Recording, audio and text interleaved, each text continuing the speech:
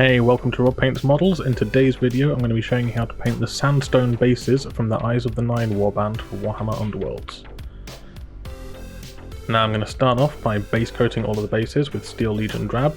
I'm using an airbrush here, but you can use any paintbrush that you want. You could even use a big dry brush if you wanted to. The important part is to make sure you get Steel Legion Drab in all of those cracks. We're going to be painting over this in a moment with a different colour. But as our first base coat, Steel Legion Drab's the way to go. I'm doing this over a white primer because that's just how I happen to prime the rest of my models for this particular unit. But it will cover over black quite nicely. But yeah, just make sure it's nice and covered. Now I'm using Karak Stone, and I've thinned this down a fair bit so it's nice and translucent. And I'm just trying to airbrush that into the middle of all of the different flagstones there. Don't want it too close to the edges, and I don't want a full coverage with this. You can use a nice round dry brush to stipple this on if you don't have an airbrush. So you can see it's just kind of very subtly tinting the colour there. Now I'm going to use some Ushabti bones straight from the pot on a big fat sponge.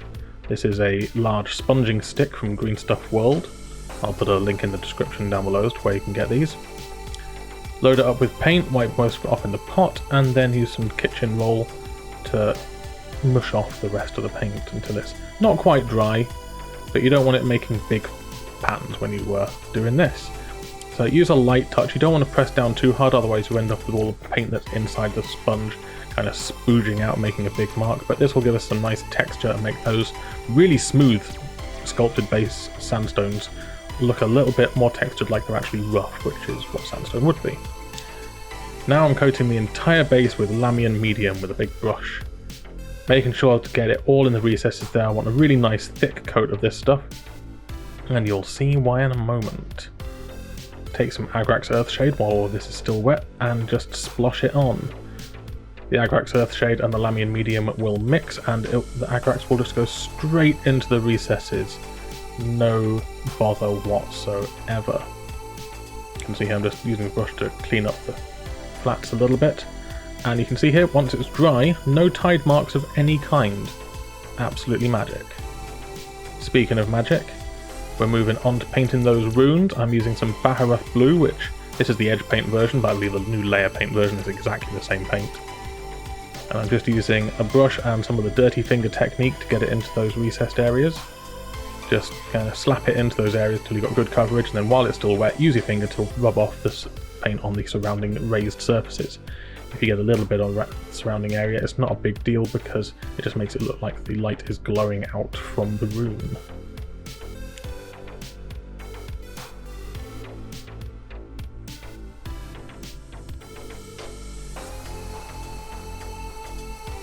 Now with those runes painted Bahareth Blue, I'm going to be using some Guilliman Blue. Now you can replace this with Vallejo Blue ink, just thinned to 1 part ink to 3 parts water. And it's pretty much the same stuff. I actually prefer the colour of the Vallejo Blue ink. And you just want to run this into those runes, and you can see that it just clings to the corners of the runes and leaves the Bahareth Blue visible in the middle, which gives us a really cheap, simple OSL effect.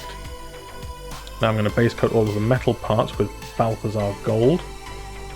I only needed to do 1 coat of this because Balthasar Gold covers really nicely.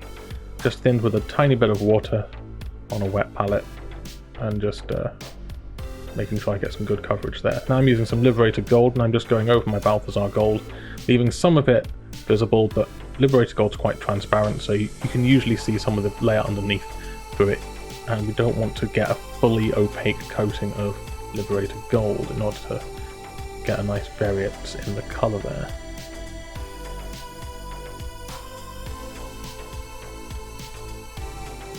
Now I'm taking some Vallejo Model Air Chrome, and I'm going to be mixing that with my Liberator Gold in, let's say, 50-50. You can see here on my wet palette it's just kind of all merged together in a big mess. And I'm just going to be using this to kind of try and edge highlight those areas, but it's pretty tricky. I'm mostly just making some little marks along the edges around the rivets and trying to dot the rivets with the brighter colour here. It's not really an edge highlight so much, but it does give it a little bit of extra shine. Now if you wanted to, you could call it done. But I'm going to do some more because I'm an idiot. So take some Rhinox hide, thin it down, use a very sharp pointy brush. I'm using a Rosemary & Co. size 1 here, series 33, link in the description. And use this to kind of reinforce all of the gaps and creases and corners on your base. So I'm going around the metal part here first, just using the tip of the brush and my thinned down paint in order to get into those corners. And I'm going to go around the flagstones, and anywhere where I think the gap should look a bit darker, because it should be deeper, and the wash has just kind of made it look a little bit slightly brown, but I want the actual exact corner to be really nice and dark.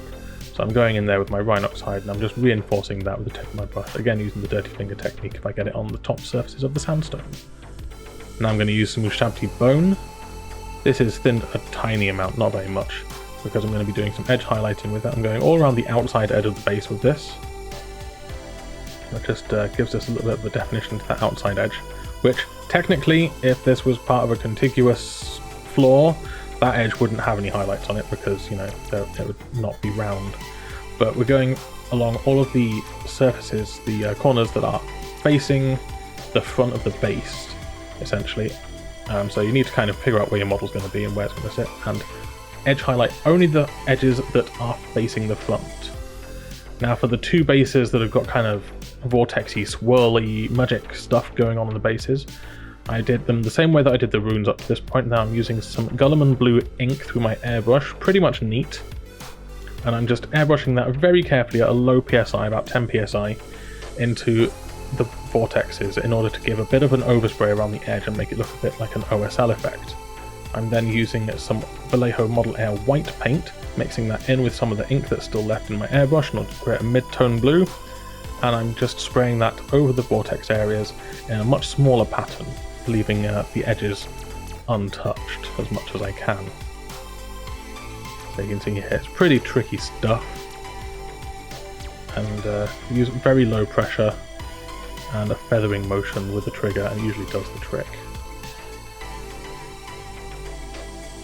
And now I'm just using some pure white paint here, doing the same thing, but you'll notice that I do it a bit too much, so it's good.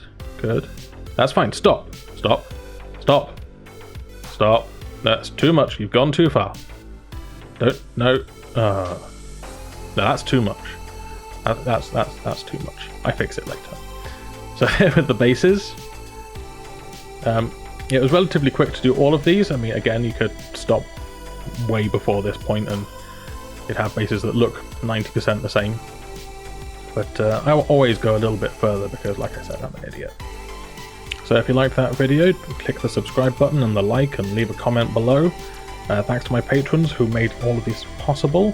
You can check out the link to my Patreon in the description down there. There's some other videos on the screen that YouTube thinks you'll like, as well as links to my social media.